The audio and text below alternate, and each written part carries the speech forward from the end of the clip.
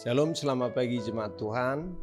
Marilah kita menyediakan waktu sejenak untuk mendengarkan firman Tuhan di hari Rabu tanggal 22 Maret ini. Kasih karunia dan damai sejahtera Allah kiranya menyertaimu di dalam Kristus Yesus Tuhan kita. Amin. Bapak Ibu jemaat Tuhan, firman Tuhan untuk kita di pagi hari ini diambil dari kitab Ayub pasal 33 ayat 26. Ia berdoa kepada Allah dan Allah berkenan menerimanya. Ia akan memandang wajahnya dengan sorak-sorai dan Allah mengembalikan kebenaran kepada manusia. Saudara jemaat Tuhan yang terkasih, tokoh Ayub dalam Alkitab sudah sangat familiar dengan kita.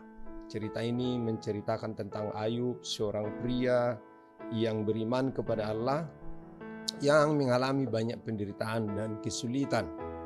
Dalam situasi ini Allah menguji Ayub untuk menguji keimanannya. Ketika menghadapi situasi yang sama seperti yang dialami Ayub, kebanyakan orang merasakan emosi yang berbeda-beda. Mereka akan merasa sedih, marah, dan putus asa. Ini adalah respon yang wajar karena situasi yang dialami Ayub adalah situasi yang sangat menyedihkan dan sangat sulit.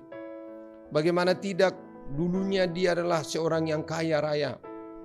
Ia memiliki 7.000 ekor kambing domba, 3.000 ekor unta, 500 pasang lembu, dan 500 ekor keledainya. Ia mempunyai banyak budak dan dalam Alkitab kita baca ia yang terkaya di sebelah timur.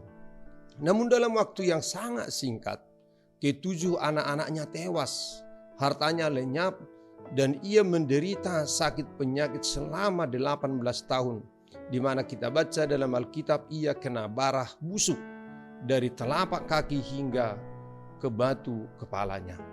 Dalam kitab Ayub kita tahu bahwa sahabat-sahabatnya pun turut menyudutkan dia dengan menuduh dia sebagai pendosa.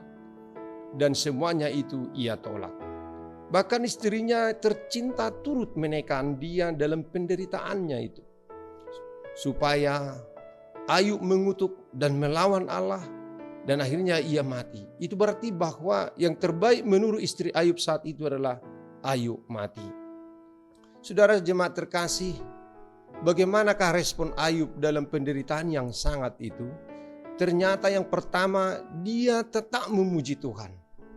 Dalam kesesakannya, dalam kesesakan kehilangan semua yang ia miliki, Ayub tetap memuji Tuhan. Itu dapat kita lihat dalam pasal 1 ayat 21.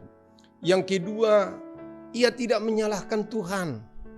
Dalam Ayub 2 ayat 9 istrinya menyuruh Ayub mengutuki Tuhan. Tetapi Ayub menolak untuk melakukan hal itu dan menyadari bahwa dia harus selalu memuliakan Tuhan. Baik dalam keadaan diberkati maupun dalam keadaan kemalangan. Yang ketiga, ia tetap percaya bahwa dalam keadaan susah pun Tuhan berdaulat penuh atas kehidupannya. Masih di ayat yang sama, Ayub menunjukkan imannya. Ia percaya bahwa apapun yang Tuhan lakukan di dalam hidupnya adalah kedaulatan Tuhan. Yang keempat, Ayub percaya kepada Tuhan. Tetapi aku tahu penebusku hidup dan akhirnya ia akan bangkit di atas debu. Ayub 19 ayat 25. Ayat ini menggambarkan kepercayaan kepada Tuhan. Ia mengatakan hal ini ketika teman-temannya menyudutkan dirinya. Ayub percaya bahwa Tuhan yang ia sembah adalah Tuhan yang hidup dan akan memulihkan keadaannya.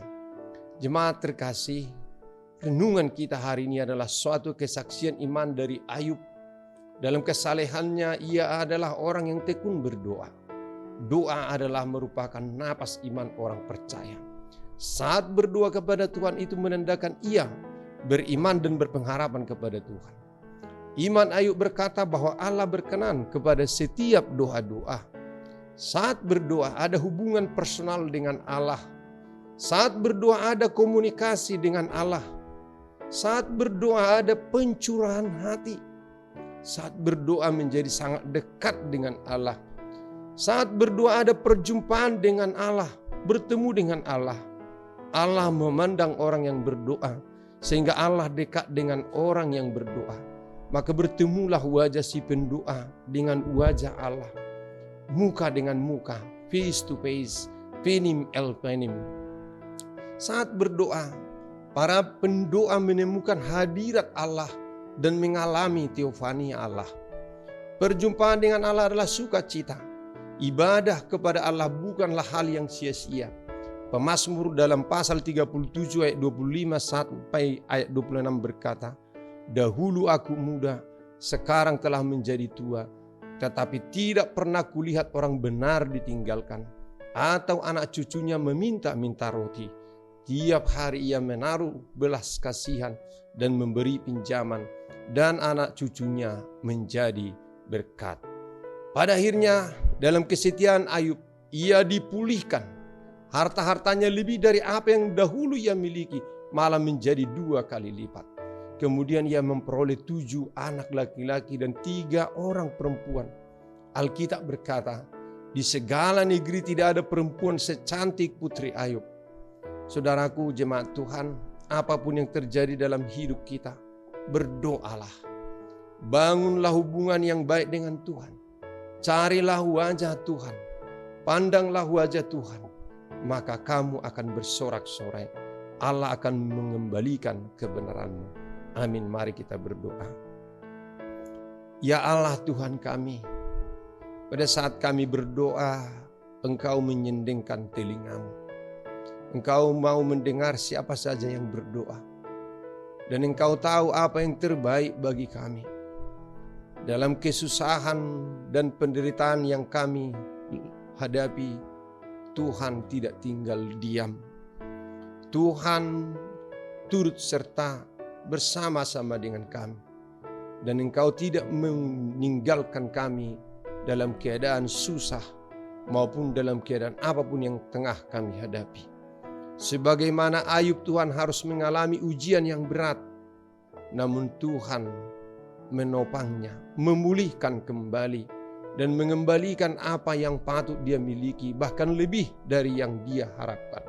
Hendaklah kami juga Tuhan dalam doa-doa perjumpaan kami dengan Tuhan akan menghadirkan berkat bagi kami dan kemuliaan bagi nama Tuhan.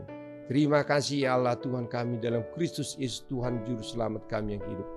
Amin. Anugerah Tuhan kita Yesus Kristus, kasih setia Allah Bapa, dan persekutuan Roh Kudus kiranya menyertai kamu sekalian. Amin. Selamat pagi Bapak Ibu, selamat beraktivitas. Tuhan Yesus memberkati. Horas.